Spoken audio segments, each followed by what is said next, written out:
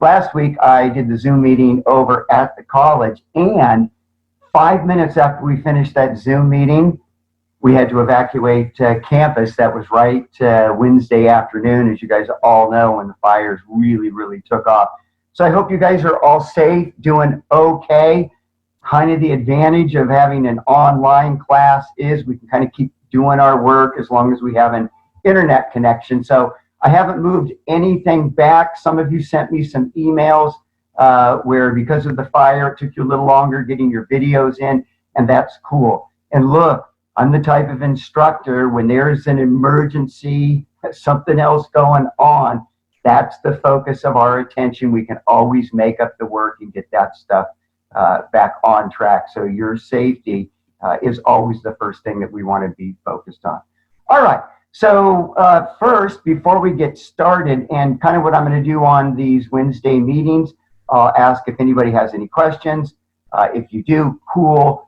Good time to answer the questions. Again, this is recorded, so even if we don't have a lot of folks, just asking a good question gives everybody a chance to hear the answer. And usually if you have a question, mostly everybody else does too. It's just a matter of speaking up. So we'll open it up to you guys. Any questions? Then I want to just give a quick recap of the introductory videos that you turned in.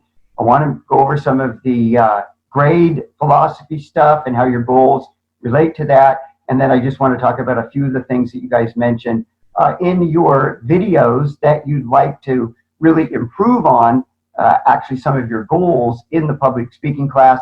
And I'll give you a couple tips on how you can start working on some of those.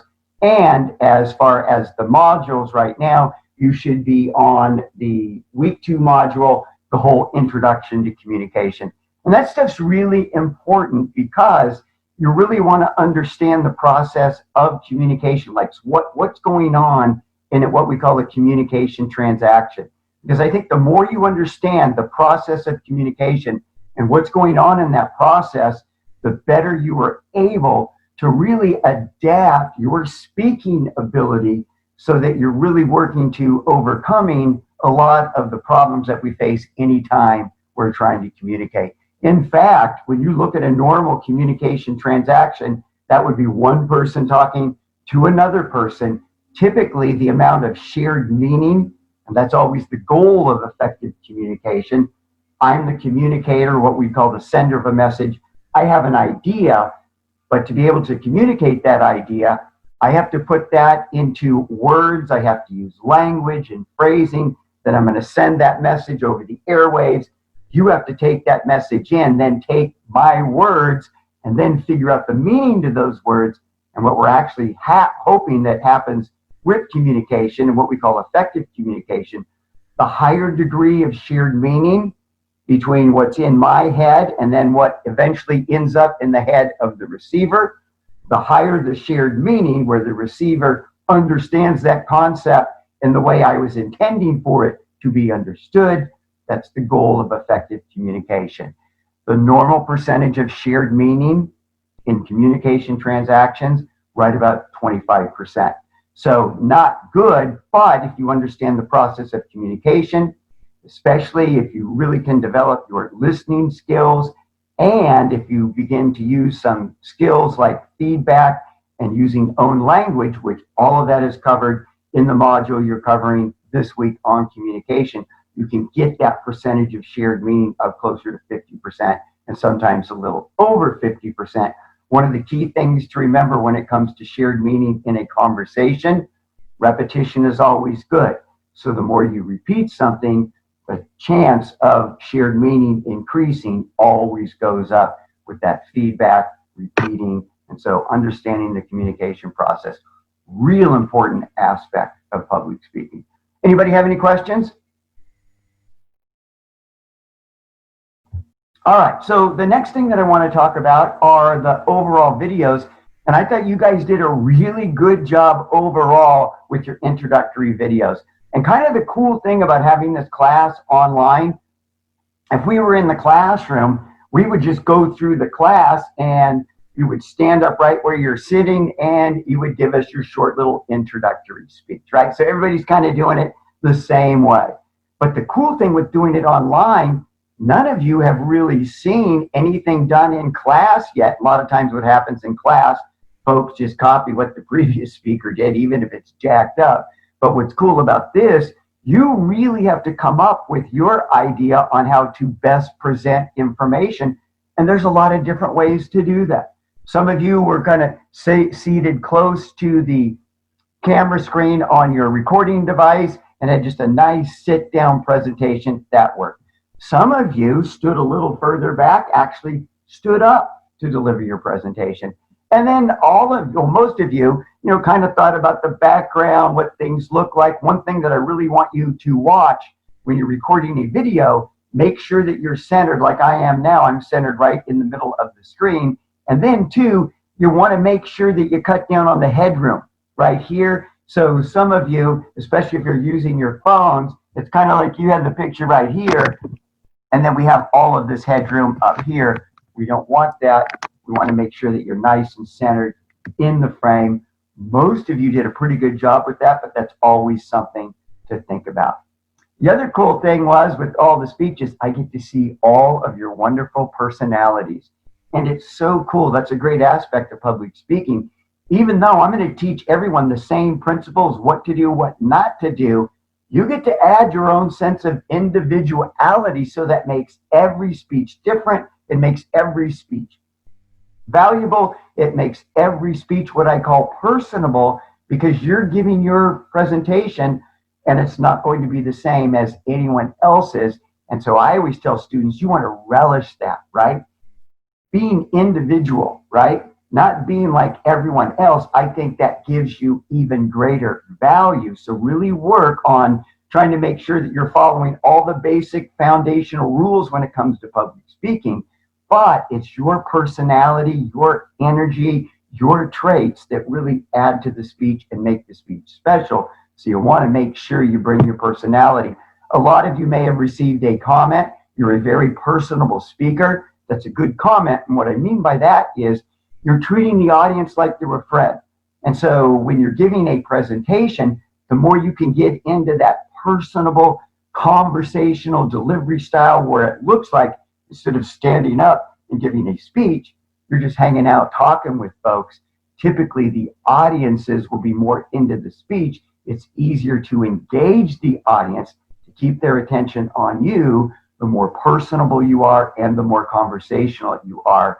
And that's something that you all bring to the table that makes all of you special as communicators. So good job overall on the introductory videos. You just want to make sure that you follow directions too. So I want those videos, I want them embedded when you submit them on Canvas. So don't just put in the link, embed them, because that means if I put them on the discussion page, we can click right on the video and watch it. We don't have to wait for anything to upload. And another way that you can record the videos as well, you can record your videos straight to Canvas. So you just go in that rich content editor, you just click on the record icon, and then you can actually record your video straight to Canvas as well. And if you do that, Canvas automatically embeds those videos. So make sure that you follow directions when turning in your videos too. We got to make sure that we have the closed captioning done as well. Most of you did a pretty good job with that. So good job on that first presentation.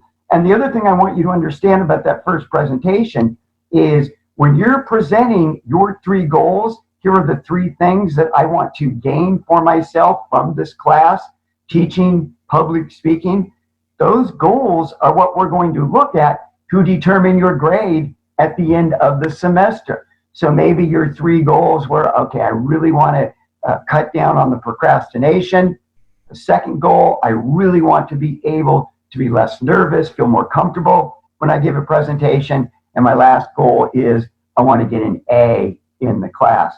So at the end of the semester, we're going to see how well you met those goals. And if one of your goals was, I really want to work on procrastination, then that means you're locked in. You better not procrastinate during the course of the semester, because that's one of the things that I'm going to look at with you as far as determining your overall grade. And to be realistic, if your 3 goals are no procrastination, I want to decrease my nervousness, and I want to get an A in the class, you won't be able to decrease your nervousness. You certainly won't get an A in the class if you procrastinate. And let me tell you a little secret about public speaking. Most people aren't aware of this, but public speaking is a skill that you can all learn, right? It's not something you're born with. Every year, I usually host the Solano Community College Hall of Fame banquet where we have past athletes come in, we induct them into the Hall of Fame. And usually at the end of that, I'll have some of the coaches who also had to get up and give presentations. They come up to me, oh man, Pop, you were so good. You do such a good job as a public speaker. You don't use notes when you're up there. You have all the statistics down for each of the players. And I'm just thinking to myself, the only difference between me and you, and most of the coaches, they'll get up there, they'll kind of read something from a sheet of paper, kind of stumble through their presentation. Darla Williams, she's a pretty good speaker. She's a volleyball coach. But anyway, all they need to do is to put in the preparation, right? So if the other speakers would have their speeches written 3 weeks in advance of the due date, spend those 3 weeks coming up to the time where they're giving their presentation, where they're practicing every day, that's how you become a good public speaker. So it's not a secret. It's not some people are better than others. No, you put in the work and you practice. Think of public speaking just like any kind of other performance art, right? If you're going to go to a play, the people don't show up 5 minutes before the play and go, okay, give me a book with my lines. I guess I'll just take that up there and read the line. No, they put in the preparation. Some of you, based on what you told me in your introductory videos, you're athletes. You played sports, you're playing sports right now. Let's say you're playing basketball, right? You don't show up 5 minutes before the game, right? Dribble around, take a couple shots, and okay, let's go. No, you've been practicing that entire week. You're working on drills so that you can perform in the game at the highest possible level. So really with public speaking and being a good public speaker, for all of you who want to get an A in the class, it just means that you need to put in the work. So you can't do well in this class if you procrastinate. And I would say about 80% of you have procrastination as a goal. So just realize if you procrastinate, you're not going to get a good grade in this class. Let's do the work. There's no secret to success. You just work harder than everyone else. So with the grading, that's how the grades work. I do it a little bit different. I kind of treat my classes more like a seminar, right? Let's say that you're working for a company and now you're going through a public speaking seminar. And what I don't like about grades, our work is too dependent on grades in the sense that if you know towards the end of the semester, I already have an A in the class, well, then you may not take advantage of some of the extra credit opportunities. Or you may take your foot off the gas on the last speech so we don't get your best effort. I want your best effort on every single presentation that you do.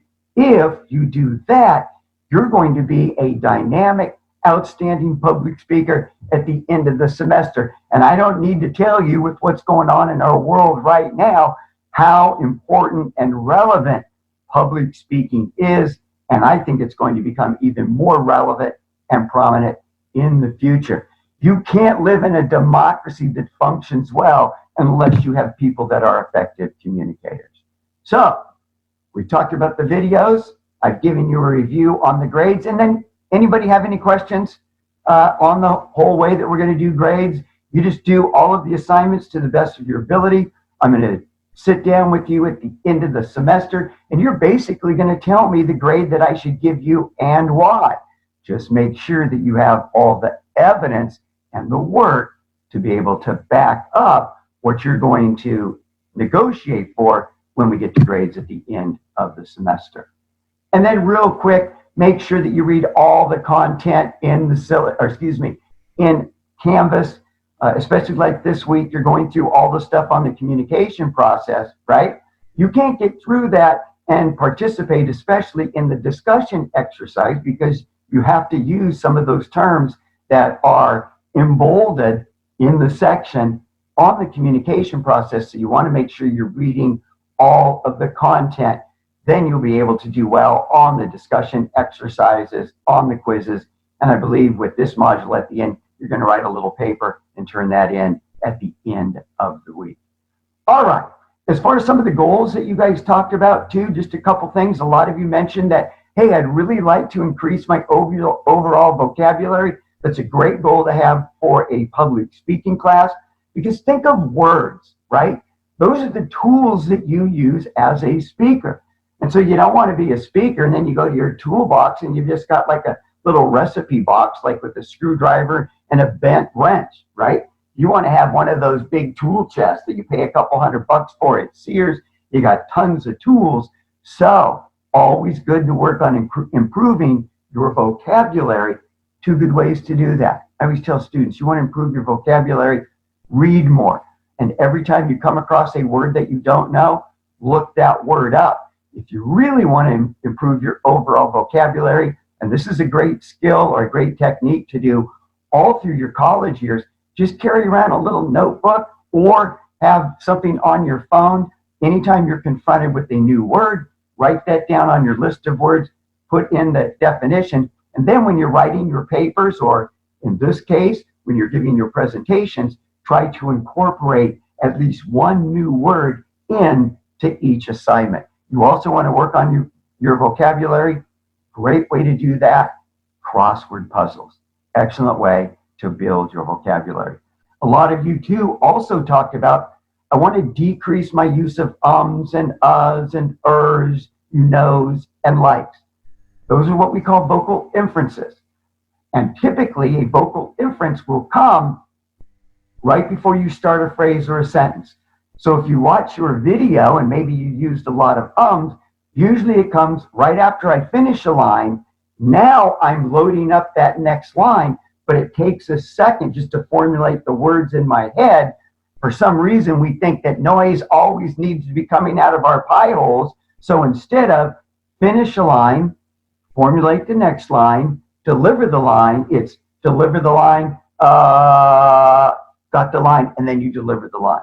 So, best way to improve on decreasing your vocal inferences, start replacing those uhs and ums with a pause. Just start using more pauses. Pauses are great in communication and in public speaking because, as you'll learn as you go through the process of communication, that audience member or the receiver of the communication, as I mentioned before, they got to do a little work to get to that shared meaning. I got to take in those words. I got to translate those words and give those words a particular meaning to come up with an idea. And hopefully that idea is similar to one that you're trying to convey. So use pauses. They're great. And they also help you with public speaking because if you use lots of pauses, it helps to control your rate. Some of you may have got comments when you did your introductory video about controlling your rate a little bit better. That just means to slow down. Using pauses helps you to go a little bit slower, helps the audience to take in the information. So get used to using pauses. And now when you start to say instead of saying that just pause. And it might even be, and I said it, that's okay. Becoming aware of the vocal inferences is the first step in replacing them with the pauses. So, you've done a good job in your introductory videos. We're clear on how the grading process will work in this class. You want to make sure that you're always working on your goals to get better and better. Do the work and make sure that you're reading all of the content in each of the modules. Look, you don't have a textbook, right? So that's a pretty good trade-off. You just make sure you read all the content that you have in Canvas in each of the modules. You do that, you're going to do great in the class. All right. Well, you guys certainly are quiet for a public speaking group, but that's okay. I like to talk. Does anybody have any questions? All right, cool. We'll see you guys next week. And again, anything comes up during the week, just send me an email. All right, we'll see you. Out.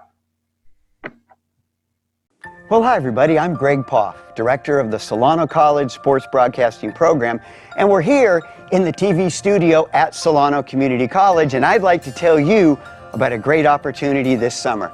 Now, typically with our summer class, we're covering sports. Because of the COVID-19 pandemic, we're opening up the class to all of you podcasters, YouTube influencers, to give you a chance to come in and create content that we can show on YouTube. You can have your own podcast. We can even put you on Channel 28 locally. Let's take a look at some of the equipment we have here in the studio. Come on. All right, we're here in the Solano College Sports Network studio control room to show you some of the equipment that you can use as a student here at Solano Community College. And the first thing I'd like to draw your attention to is the production unit system that we use. It's made by New Tech. It's the Tricaster system. This system is used by every major network. So you come to Solano Community College, you're going to learn video production on the Tricaster unit. So you'll be ready to go once you leave our program. You'll be trained on the same equipment that you would use in all of the major networks. You see the video production board here. We've got our speakers set up here. Here we've got our interface that you can use. So all kinds of equipment that you can use to be a professional in media production. Another great feature of our video production system, you'll be able to get training on the Allen and Heath audio board, where you will learn the trade secrets for both radio and TV production. Here in the video editing suite, you will have access to Adobe Premiere and the entire Creative Cloud. If you can imagine it, you can create it right here in the Solano Community College TV studio. We have merged with Fairfield Cable Access, and that gives you the opportunity to use the same TV equipment that they use to produce their shows on local TV here in Fairfield, and that gives you the chance to also show your work on local TV.